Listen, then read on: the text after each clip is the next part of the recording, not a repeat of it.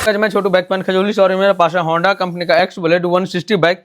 और बाइक अभी almost 64,000 kilometre चल गया और बाइक के अंदर प्रॉब्लम या इंजन से एक झरझर झरझर का काफी नोज आ रहा है और ये नोज आ रहा है टाइमिंग चेन से। आज तक इस बाइक का टाइमिंग चेन एक बार भी रिप्लेस नहीं हुआ और भाई 64-65,000 चल गया तो टाइमिंग चेन तो ढीला होना ही होना है, क्योंकि ऑटो टेंशनर यहाँ पे लगा, टाइमिंग चेन ढीला होते रहता है, ऑटोमेटिक टाइट करके रखता है, लेकिन एक समय जाके ये एडजस्टिंग जो लास्ट कर जाता है, फिर उसके बाद टाइमिंग चेन टाइट नहीं हो पाता है, जिसकी वजह से टाइमिंग चेन से झरझर झरझर का नोज आने लगता है और लगता है भाई इंजन में साउंड है। चलिए बाइक को स्टार्ट करके आप लोग का टाइमिंग चेन का साउंड सुना रहा है, इसका सोल्यूशन क्या है डिटेल में शेयर करेंगे, टाइमिंग चेन का प्राइस क्या है, पार्ट नंबर क्या है, आप लोगों के साथ डिटेल में शेयर करेंगे। चैनल पर नया तो सब्सक्राइब कर लीजिए ताकि आने वाले लेटेस्ट वीडियो का नोटिफिकेशन आप तक पहुंचे। बाइक अभी यहाँ पे स्टार्ट है और आप लोग साउंड सुनिए।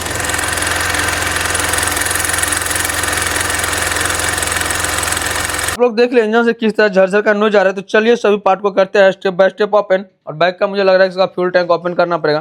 फ्यूल टैंक ओपन करने में थोड़ा प्रॉब्लम होगा, क्योंकि फाइबर वाइबर एक एक करके ओपन करेंगे, उसके बाद ही टैंक हमारा ओपन हो पाएगा, जिसकी वजह से टैपर्ड कवर ओपन होगा, उसके बाद ही टाइमिंग चेन हमारा रिप्लेस होगा। इससे बाइक का हमने टैंक फ्लैप ओपन कर लिया, टैंक को असेंबली ओपन करने की कोई आवश्यकता नहीं है। उसके साथ साथ बाइक का यहाँ पे लेफ्ट साइड से हमने क्या टैपर्ड कवर ओपन कर लिया, जो कि हमारा आसानी से टैपर्ड कवर ओपन हो गया। अब चलिए बाइक का front sprocket cover magnet cover open करते हैं और ये फ्रंट टाइमिंग स्पॉकेट ओपन करते हैं और देखते हैं टाइमिंग चेन के अंदर क्या इशू है। भाई ब्लॉक से टेंशनर टच कर रहा है, कहना टाइमिंग चेन प्रॉपर हमारा ढीला हो गया, जिसकी वजह से खरखर का काफी नोज आ रहा है। अब इस बाइक के अंदर brand new timing chain add करेंगे। चलिए मैग्नेट कवर को खोल के निकालते हैं बाहर। जो हमारा देखिए मैग्नेट कवर खुल के आ गया बाहर। को बाहर निकालने के लिए कभी भी आप टूल का यूज कीजिए, जुगाड़ से मैग्नेट बाहर नहीं निकलने तो करेंगे आपका बैंड हो सकता है। देखिए और ये मैग्नेट कूलर आपको होंडा यूनिकॉर्न बाइक का परफेक्ट आ जाएगा। देखिए यहाँ पे मैग्नेट हमारा खुल के आ गया बाहर।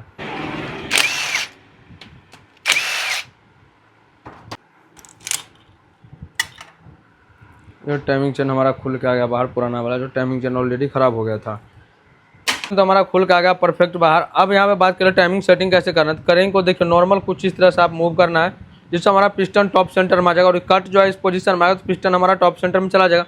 दूसरा टाइमिंग आपको मिलाना है केम का। तो केम के ऊपर देखिए एक तरफ लेना है, एक तरफ उभरा हुआ है, ये उभरा हुआ भाग और ये जो 10 mm का बोल्ट लगा है इसके पोजीशन में आएगा तो केम का टाइमिंग हमारा परफेक्ट होगा। और करेंग का जो मैग्नेट चाब है ये इस पोजीशन में आएगा तो पिस्टन हमारा टॉप आ गया। तो अब चलिए टाइमिंग चेन को करते हैं सेटिंग। होंडा एक्स बुलेट का टाइमिंग चेन उसको हम लोग कैम चेन बोलते हैं, जिसका प्राइस है 429 रुपया। ऊपर में पार्ट नंबर आ गया ऐड।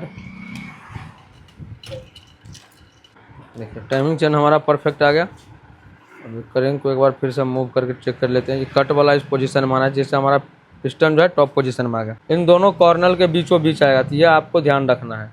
टाइमिंग एक दांता भी अल्टर हुआ तो फिर आपको प्रॉब्लम बढ़ जाएगा, ये आपको ध्यान रखना है।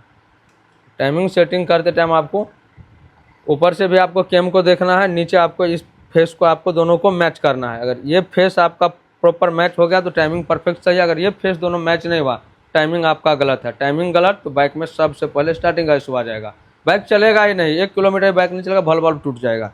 टाइमिंग परफेक्ट सेटिंग करना है। क्या टाइमिंग हम परफेक्ट सेटिंग कर ले। टाइमिंग स्पॉकेट पे जो कट है ना, इन दोनों फेस में आपको दोनों कट का रखना है, जिससे आपका केम का टाइमिंग परफेक्ट आ जाएगा।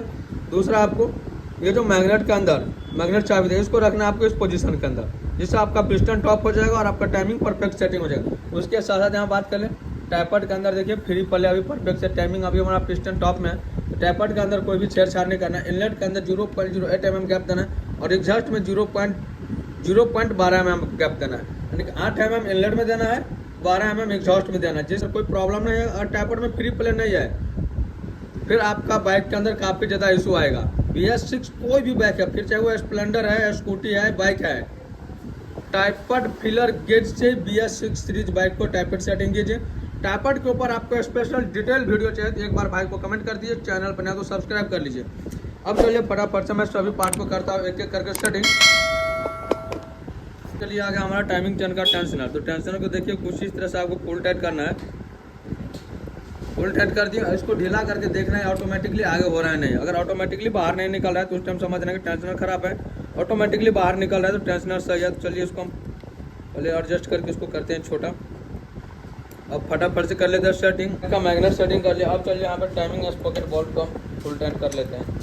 टाइमिंग स्पॉकेट बोल्ट हमारा फुल टाइट हो गया। अब बात करें टेंशनर हम यहाँ पे ऐड कर दिया। अब चलिए सभी पार्ट को फटाफट से कर लेते हैं सेटिंग और उसके जस्ट बाद बाइक में नया इंजन डाल के बाइक को करेंगे स्टार्ट। टाइमिंग का काम मेरा फाइनल कंप्लीट हो गया है। बाइक में हमने 1 लीटर इंजन ऑयल डाल दिया। अब चलिए करते हैं ignition on, kill switch on करके बाइक को करते हैं स्टार्ट। बाइक हमारा फाइनल एक सेल्फ में स्टार्ट हो गया और इंजन के अंदर जो हमारा नॉइज था, जो साउंड जो आ रहा था इंजन से झरझर का काफ़ी ज़्यादा, आप देखे थे पहले किस तरह साउंड आ रहा था, अभी देखिए साउंड हमारा 100% रिमूव हो गया है। पहले टाइमिंग चेन का किस तरह साउंड आ रहा था, अभी देखिए टाइमिंग चेन नया डालने के बाद साउंड हमारा बिल्कुल रिमूव हो गया। अगर आप लोगों की बाइक में भी लेफ्ट साइड से झरझर काफ़ी नॉइज आ रहा है, तो एक बार आप टाइमिंग को जरूर से टेस्टिंग करें। टाइमिंग चेन अगर खराब है तो टाइमिंग चेन को जल्द से जल्द रिप्लेस कर दें, आपका प्रॉब्लम सॉर्ट आउट हो जाएगा। और देखिए अभी ब्रांड न्यू साउंड हो गया। बाइक का फ्यूल पंप का प्राइस क्या है, इंजेक्टर का प्राइस क्या है, इसके ऊपर हमने ऑलरेडी वीडियो बना रहेगा, जिसका लिंक डिस्क्रिप्शन में मिल जाएगा। क्लच असेंबली का प्राइस क्या है, clutch plate assembly, clutch housing, DPD pinion, इन सब का प्राइस क्या है, इनके ऊपर भी हमने ऑलरेडी वीडियो बना रखा है, जिसका लिंक आपको डिस्क्रिप्शन बॉक्स में मिल जाएगा। आप जाकर वीडियो देख सकते हैं। अगर एक्स ब्लेड का कोई भी स्पेयर आपको चाहिए, फटाफट से भाई को कमेंट कर दीजिए। आपको स्पेयर चाहिए तो फुल पेमेंट देने के बाद ही आपको स्पेयर मिलेगा, अन्यथा स्पेयर नहीं मिलेगा। तब तक के लिए इतना ही, तो मिलते हैं फिर से हम आप लोगों के साथ नेक्स्ट वीडियो में। Thanks for watching, take care.